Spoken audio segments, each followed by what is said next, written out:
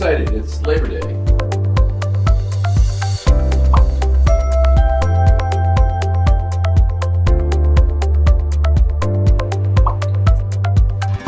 Happy Friday, Baylor College of Medicine and Friends of Baylor.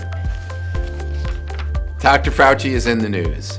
You know, as the expert infectious disease person in the country, it's only fair that he should go out and get West Nile just to try it out. So he's recently hospitalized with West Nile, is recovering at home, full recovery expected. Presented with classic fever, chills, a little fatigue, and of course he's most likely infected by a mosquito in his own backyard.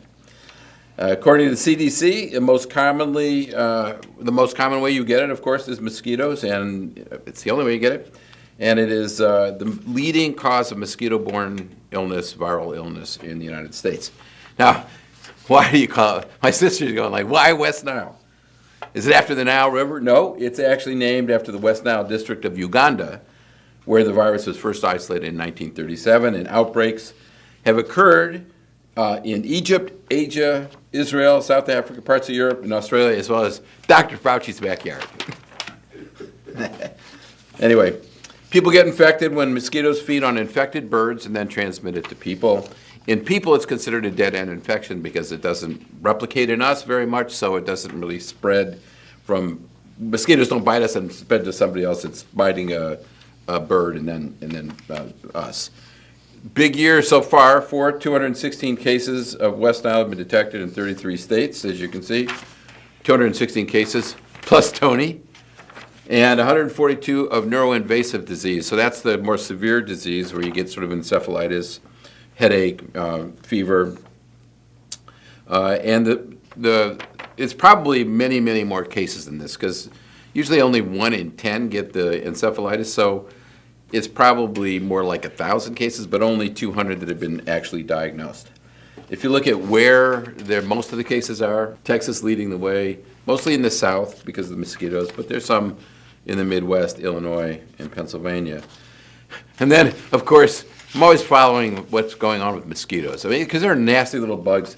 They target you by CO2, by some odors, and some visual clues. They pick out their people, their targets.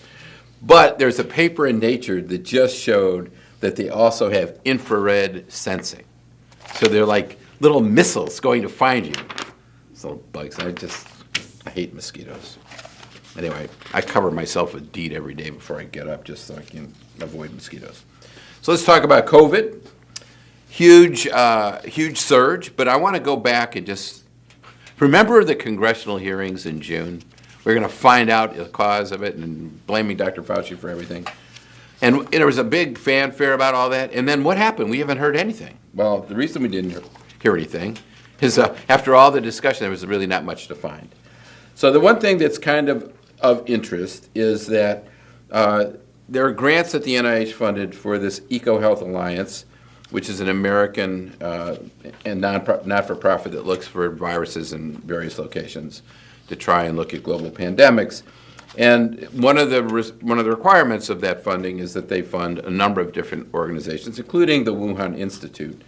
But after a lot of review of the molecular basis of the viruses that were being studied in the Wuhan Institute, they were very, very, very different from the one that started the pandemic. So basically, the conclusion was it's very, very unlikely that they were studying something that caused the pandemic. Now, that does not dismiss or excuse the fact that the Chinese were not open about investigating it. And my guess, because I assume the government agencies aren't filled with viral experts, that they were worried that they would find something, but they didn't know. But right now, there's really no evidence to support that it was a lab leak. It really much more likely that it was actually something that happened in nature.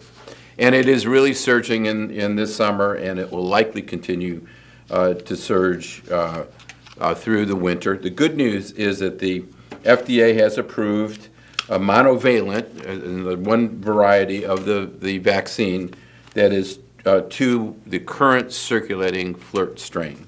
So the Moderna and Pfizer vaccines are available. I'm getting mine this week. as fast as I can. I'm going to knock down people to be first in line. And I'm also going to get my flu vaccine. It's a little early for flu. Usually we do it in October. But I just want to get it over with, so I'm going to get both. And just to show you, this is a diagram I've shown you before. Omicron was the strain in 2022. The vaccine last year, the booster last year, or the vaccine last year, not a booster, the vaccine last year was XBB 1.5. It was kind of a close match, but not exact, because last year the dominant strain was JN1. You can see they're divergent, and JN1 has evolved into these flirt variants, and the new vaccine will be to this particular one, KP1. So this year's vaccine will be a better match than the last one, and so I would strongly recommend everyone get it because it really is surging. It will be as bad as it was last year. Also, the government announced that there will be more free COVID tests available. This is the 7th round of tests. You can get them at covidtests.gov. I always request them. I have a stock of them. Every time I get a sniffle, I'm testing myself. Anyway, you can order up to 4 tests free. And so the feds want to be sure that there are plenty of tests around in the fall as we approach the holidays. So if you're planning on family get-togethers, if one's symptomatic, you can always test. So far, HHS has distributed over 2 billion free tests. So in addition to that, for those people who do get infected, the cost of Paxlovid, as you know, has been pretty high. But there's a website, https www.paxlovid.com, patient access. You can get it for free if you need it. So there is all kinds of efforts to make sure that you get free tests, and if you need the Paxlovid, you can get it for free. So as I said, really big surge, huge surge. Test positivity increased by last week 18%. Emergency room visits are up. If you look at emergency room departments for COVID, influenza, and RSV, it's all COVID. So you can see this big, that's the gold line, big surge. And of course, that's an early indicator, tests and emergency room visits. A later indicator, lagging, is the hospitalizations, and hospitalizations are going up. So it's up to 17 per 100,000. And if you look at wastewater analysis, it's all over the country, west, south, national, everywhere, big surge. This was last year's JN1. This is so far flirt variants. You can see we're almost at the same level as last year. And this is something I pointed out last week, but I want to continue to show you. JN1 has pretty much disappeared. That's the purple bar. And you can see all these are the flirt variants. When you look at what's coming into this country through the Travelers program, that's 8 different airports, wastewater from airports and incoming airplanes. Big surge in the rest of the world. But if you look at what the variant is, there's still JN1 around. So that suggests that this is all evolving, mostly in the United States, probably because we are not great at vaccination compared to other places, and we have a general availability of hosts to be infected. And so the virus keeps evolving as it infects new hosts. If you ever needed a reason to vaccinate, this is a study that came out on long COVID in children and adolescents in JAMA. There were 4 symptom clusters that were identified in kids 6 to 11, and then 3 symptom clusters in adolescents 12 to 17. And they had fatigue, pain, neuropsychological sleep disorders, GI predominance. A lot of reasons why kids get really sick from COVID, and this is a good reason to vaccinate your children. And then there was another study that looked at severe COVID linked to mental illness. COVID-19 was associated with elevated risk for depression and serious mental illness after infection, especially among people who were unvaccinated. How many different ways can I tell you to get vaccinated? What's going on is influenza. Really interesting paper. This is a really exciting paper with ferrets, but it's a good scientific paper.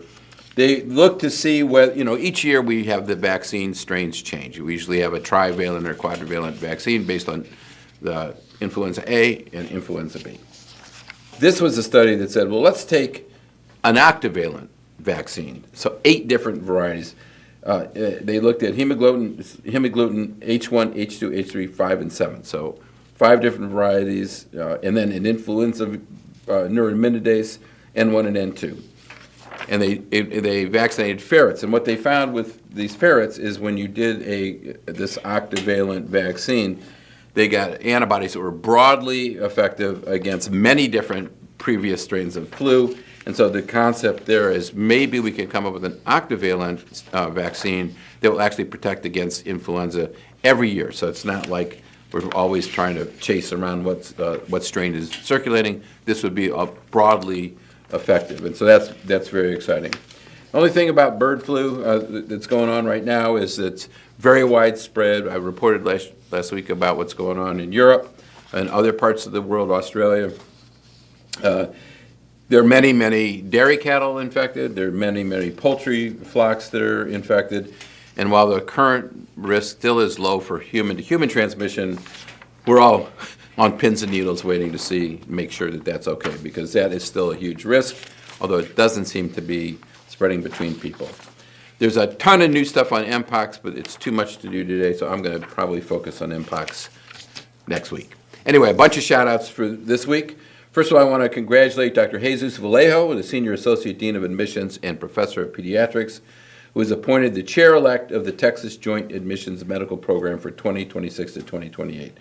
This is a program in the state of Texas to forge collaborative partnerships with the 68 undergraduate schools and medical schools. So it's a way that the undergraduate students match to the Texas schools, and it's really very good for helping Texas residents get into medical schools. Then also I want to congratulate some of the teachers that are at our Temple campus. The inaugural Golden Apple Teaching Awards were presented to the top teaching faculty at the Baylor College of Medicine campus on Temple. And the Temple's first-class students identified some outstanding educators. Dr. Mustafa Belgasem was selected as the Outstanding Basic Scientist honoree. And congratulations to Luis Camarillo and Jeffrey Clark, who were selected as the co-recipients of the Outstanding Clinical Faculty Awards. And then, of course, Labor Day is coming up.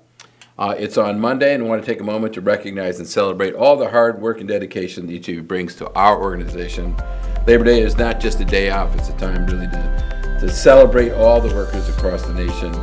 The commitment you have to your job and to moving the country forward is really important. And a big shout out to those on campus Monday who are either caring for patients in our affiliated hospitals or responsible for patient care. Anyway, have a wonderful Labor Day weekend, and I can't wait to see you